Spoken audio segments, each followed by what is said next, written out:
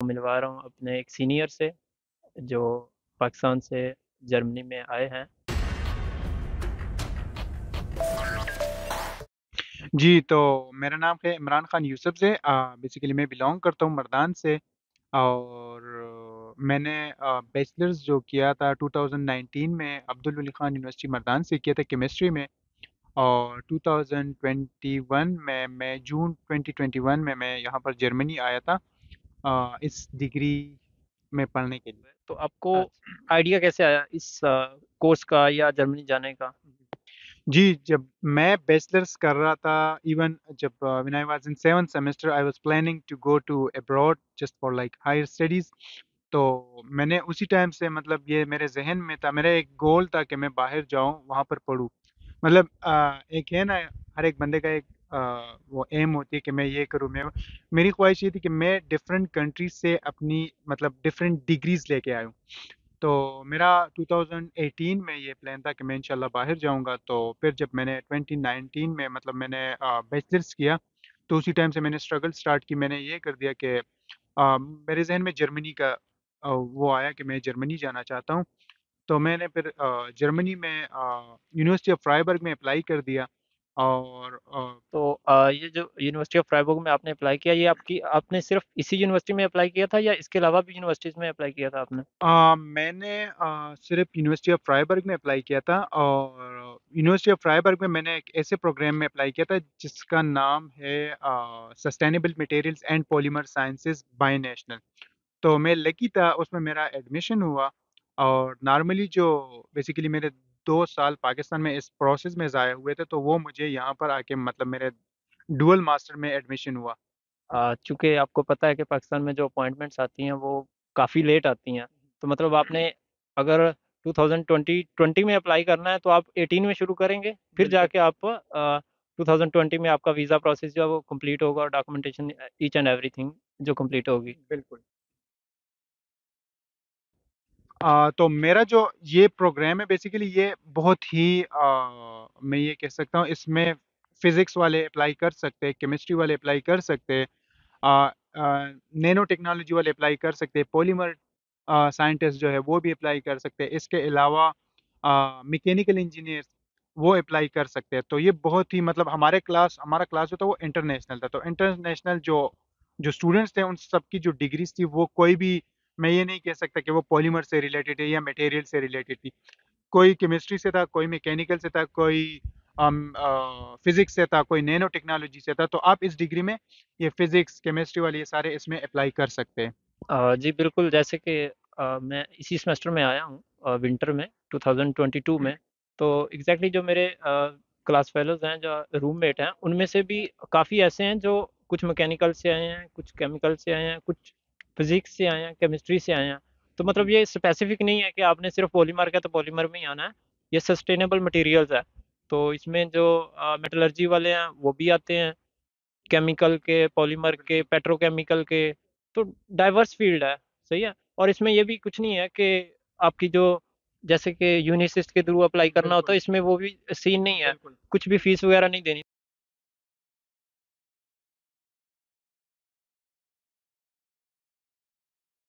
आप मुझे बताइएगा इसके लिए आपको क्या क्या डॉक्यूमेंटेशन चाहिए होती है? अच्छा, तो फर्स्ट ऑफ ऑल जब जो स्टूडेंट्स बैचलर्स में है या 7th 8th सेमेस्टर में, तो उनको चाहिए कि वो आइल्स की तैयारी करें। आइल्स कंपलसरी है। इसके अलावा जो है अपने डॉक्यूमेंट्स की वेरिफिकेशन कर दे। और इसके अलावा रिकमेंडेशन लेटर ये मस्ट है। और इसके अलावा जो है कवर लेटर या मोटिवेशनल लेटर वो इसमें ज़रूरी है। और आपने सारे डॉक्यूमेंट्स की even including your passport, including your CNIC, ये सारे आपने एक ही PDF में कन्वर्ट करके आपने यूनिवर्सिटी ऑफ फ्राइबर्ग को सेंड करने और यूनिवर्सिटी ऑफ फ्राइबर्ग वो आपके डॉक्यूमेंट्स आगे फ्रांस में भी सेंड करेंगे। मैंने तो सॉरी वो ऐड नहीं किया, लेकिन ये हमारी जो डिग्री है ये जर्मनी और फ्रांस दोनों का है। जी क्योंकि ये बाई नेशनल प्रोग्राम है, सो मीन टू नेशनल है। आपका फर्स्ट सेमेस्टर जो होगा वो स्ट्रासबुर्ग में होगा, फ्रांस में। और जो सेकंड सेमेस्टर है वो आपका जर्मनी में होगा। थर्ड सेमेस्टर आपकी अपनी मर्जी है, आप कहाँ कहीं किसी और यूनिवर्सिटी में करना चाहते हैं, यूरोपियन कंट्री में करना चाहते हैं, तो वो आपको मिल जाता है। और इसमें आपको एरास्मस की तरफ से 400 से लेके 450 जी। आई थिंक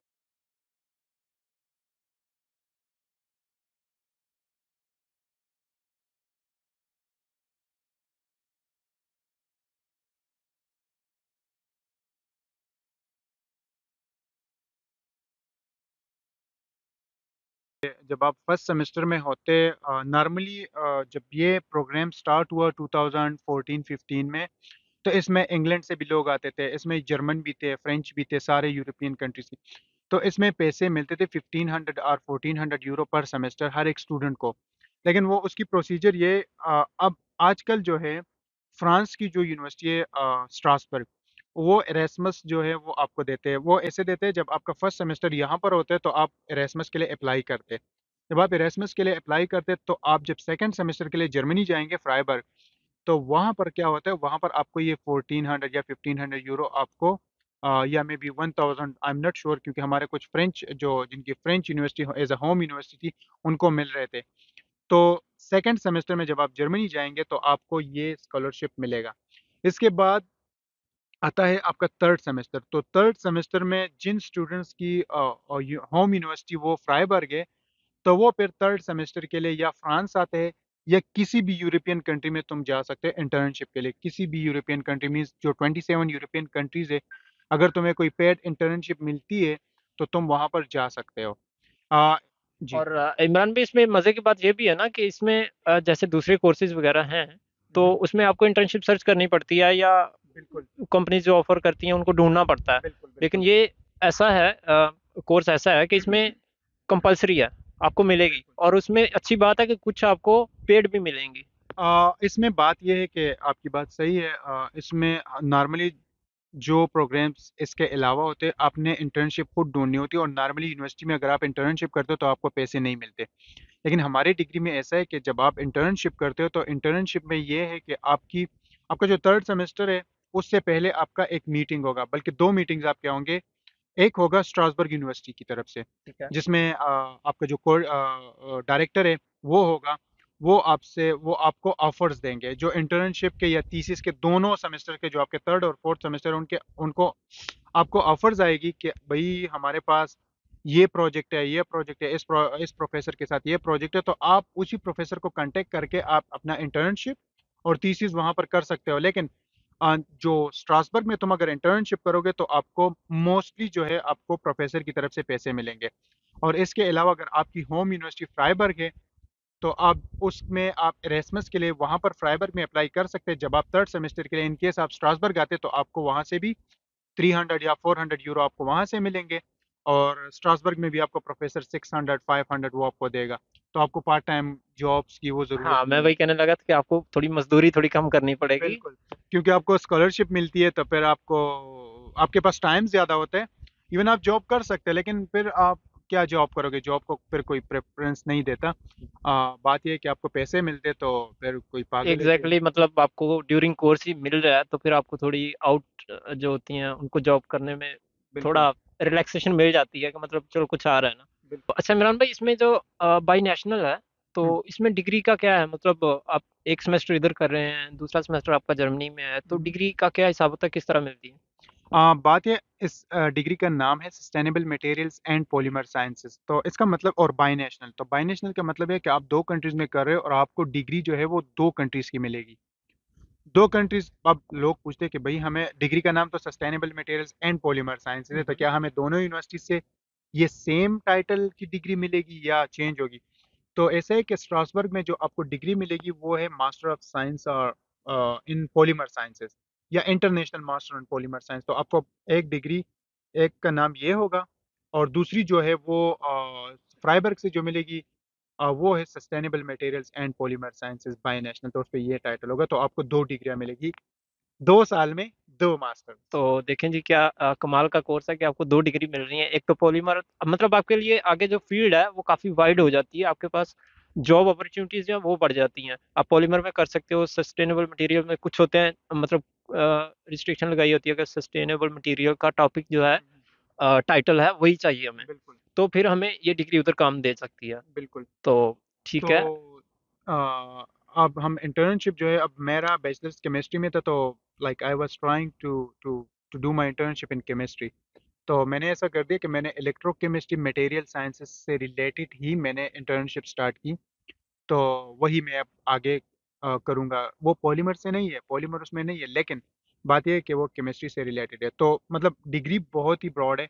तो तुम किसी भी फील्ड में जा सकते हो if you are interested in any field. हाँ, क्योंकि अभी जो खसूसन जो यूरोपीय यूनियन है, तो वो बैटरीज पे और फ्यूल सेल्स पे काफ़ी ज़्यादा काम कर रही है आज के। रिन्यूएबल पे, हाँ। हाँ, रिन्यूएबल पे, क्योंकि आप जानते हैं कि जैसे टेस्ला वगैरह जैसे इलेक्ट्रिक कार्स आ रही हैं अभी, तो मतलब शुरू हो गई हैं, तो इनका नेक्स्ट मोटिव यही है कि सस्टेनेबल मटेरियल के ऊपर जाएं और बिल्कुल जो फ्यूल सेल्स और बैटरीज की तरफ जाएं, तो इसकी बिल्कुल काफ़ी ज़्यादा इधर डिमांड भी है बिल्कुल और जॉब्स में भी ज़्यादा दिक्कत नहीं आती। बिल्कुल। तो तुम अभी आप इंटर्नशिप के बाद और इंटर्नशिप सर्च करना और मतलब वो तो यूनिवर्सिटी की तरफ से प्रोवाइडेड होती है ना, आपने बिल्कुल सेलेक्ट करनी होती है कि आपने बिल्कुल कौन सा टॉपिक पे करनी है। बिल्कुल बिल्कुल। और इंटर्नशिप के बाद जॉब की क्या अपॉर्चुनिटीज़ हैं और क्या आगे क्या है, आगे मतलब पीएचडी है, मास्टर्स कंप्लीट करने के बाद क्या है? देखो वो बात है, वो स्टूडेंट पे डिपेंड करता है, स्टूडेंट आगे क्या करना चाहते हैं। इफ समवन वांट्स जॉब तो वो जॉब पे भी जा सकता है। अगर कोई पीएचडी करना चाहता है तो वो पीएचडी में भी जा सकता है। और पीएचडी में तुम जाओगे तो तुम पॉलीमर, जो इस डिग्री का मज़ा है, तुम पॉलीमर साइंस में भी पीएचडी कर सकते हो, तुम सस्टेनेबल मटेरियल्स में भी पीएचडी कर सकते हो, तुम मटेरियल साइंस, ये सारों ये फील्ड्स, केमिस्ट्री में भी कर सकते हो। तो ये सारे इंटरलिंक्ड है, ये सारे लिंक्ड सब्जेक्ट्स है। तो इन्हीं सब्जेक्ट्स में तुम पीएचडी कर सकते हो और जॉब भी तुम कर सकते हो, इंडस्ट्री में जॉब कर सकते हो। किसी फार्मास्यूटिकल किसी भी इंडस्ट्री में तुम जॉब कर सकते हो। और जर्मनी में तो स्पेशली रिन्यूएबल पे बहुत ज़्यादा काम हो रहा है, तो तुम फ्राउनहोफर या मैक्स प्लांक, ये सारे इंस्टीट्यूट में तुम जॉब भी कर सकते हो, प्लस अगर जॉब नहीं करनी तो तुम पीएचडी भी कर सकते हो। और इसमें ये होता है ना कि मतलब जैसे आपने थर्ड सेमेस्टर में आगे थीसिस करना है, सही है, तो उसमें ये है कि फोर्थ जहाँ पे सेमेस्टर में। फोर्थ सेमेस्टर में, सॉरी, तो जैसे आपने थीसिस करना है, तो आप उसको मतलब जहाँ पे जॉब कर रहे हो, हम्म, और अगर आपको भी जॉब मिल गई है तो हम्म। आप उस जॉब को थीसिस में कन्वर्ट कर सकते हो, जब इस तरह तुम का। थीसिस करते हो तो उसी टाइम तुम्हें पीएचडी भी ऑफर हो सकती है। अगर उसी डिपार्टमेंट में कोई पीएचडी अनाउंस होगी तो तुम पीएचडी भी कर सकते हो। इसके अलावा जब तुम्हारे थीसिस ख़त्म होंगे या थीसिस जब ऑलमोस्ट ख़त्म है तो फिर आपको एक जॉब सीकर वीज़ा उसको कहते हैं, वो 18 मंथ्स का मिलता है। वो आपको मिलता है जर्मनी में। तो तुम जॉब ढूंढ सकते हो, उसमें तुम इंडस्ट्रीज में अप्लाई कर सकते हो, किसी भी पॉलीमर से रिलेटेड, पॉलीमर, और आजकल तो पॉलीमर और इन चीज़ों पे बहुत काम हो रहा है। क्योंकि वो बायोमेडिकल पर्पजेज़ के लिए बहुत यूज़ हो रहा है। इसके अलावा रिन्यूएबल के लिए तो मतलब बहुत ब्रॉड ये फील्ड है, तो तुम किसी भी फील्ड में आगे जॉब या वो कर सकते हो, पीएचडी भी कर सकते हो।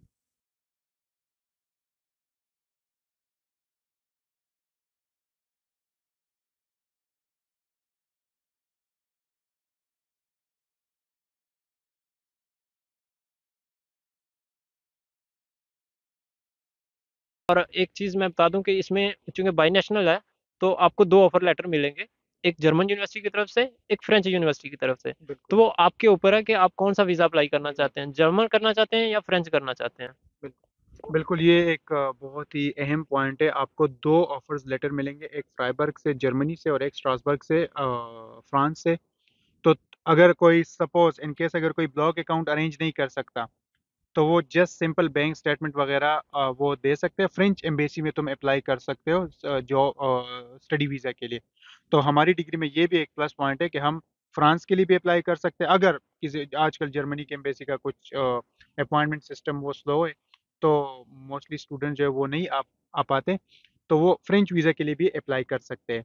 और अगर लेकिन इमरान भी इसमें ये भी है ना कि अगर फ्रेंच वीज़ा आपने अप्लाई करना है, फ्रेंच यूनिवर्सिटी में आना है, ये आपकी मेन यूनिवर्सिटी होगी, तो इसमें कुछ फीस भी है ना, फोर्टीन यस, हंड्रेड बिल्कुल। अगर आपकी होम यूनिवर्सिटी फ्रांस है, स्ट्रासबर्ग यूनिवर्सिटी है, तो तुमने मतलब यहाँ पर जो फ़ी होती है फ्रांस में वो पर ईयर के हिसाब से होती है।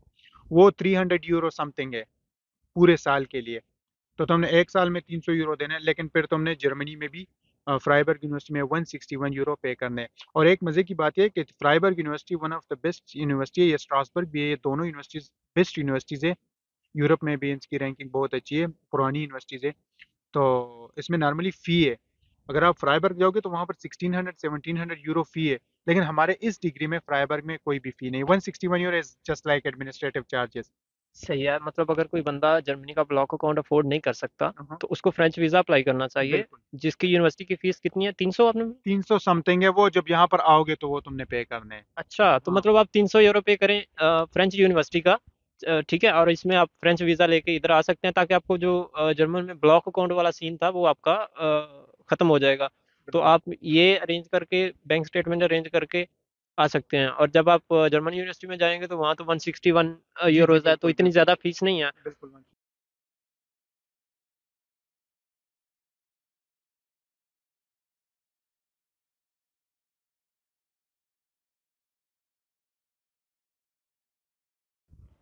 इसमें यह है कि इनके लिए काफ़ी अच्छी अपॉर्चुनिटी है, वो जो अफोर्ड नहीं कर सकते इतना ज़्यादा जर्मनी का ब्लॉक ब्लॉक अकाउंट, अकाउंट जी तो उनके लिए ये अच्छा ओपन, बल्कि बिल्कुल बेस्ट ऑप्शन है। और बिल्कुल आपने देखा ही होगा कि इंडिया से तो बहुत से लोग आते हैं, बिल्कुल और पाकिस्तान से तो पिछली दफ़ा तो आई थिंक दो हम चार दो ही लड़के ही थे, आए हम थे। दो ही पाकिस्तानी थे। इस साल जहाँ तक मैंने सुने 5-6 पाकिस्तानियों को एडमिशन मिला है, इंडियन भी ज़्यादा है। तो जो सारे स्टूडेंट्स है वो ऑल ओवर द वर्ल्ड से, वो मतलब ये हम नहीं कह रहे कि ये फ्रांस है Germany, no, all over the world different country से, हर एक कंट्री का अपना एक कोटा सिस्टम होता है। तो वहाँ से लोगों को सेलेक्ट करते हैं और फिर यहाँ पर आते हैं। तो आपके क्लास में इंटरनेशनल लोग सारे होंगे। एग्जैक्टली तो वीडियो बनाने का मकसद ये था कि आपको एक तो ये चीज़ बता दें कि कितना, मतलब आपके लिए ये भी एक चीज़ है कि आप फ्रेंच के थ्रू आ सकते हैं, फ्रेंच वीज़ा के थ्रू आ सकते हैं, अगर आप ब्लॉक अकाउंट अफोर्ड नहीं कर सकते तो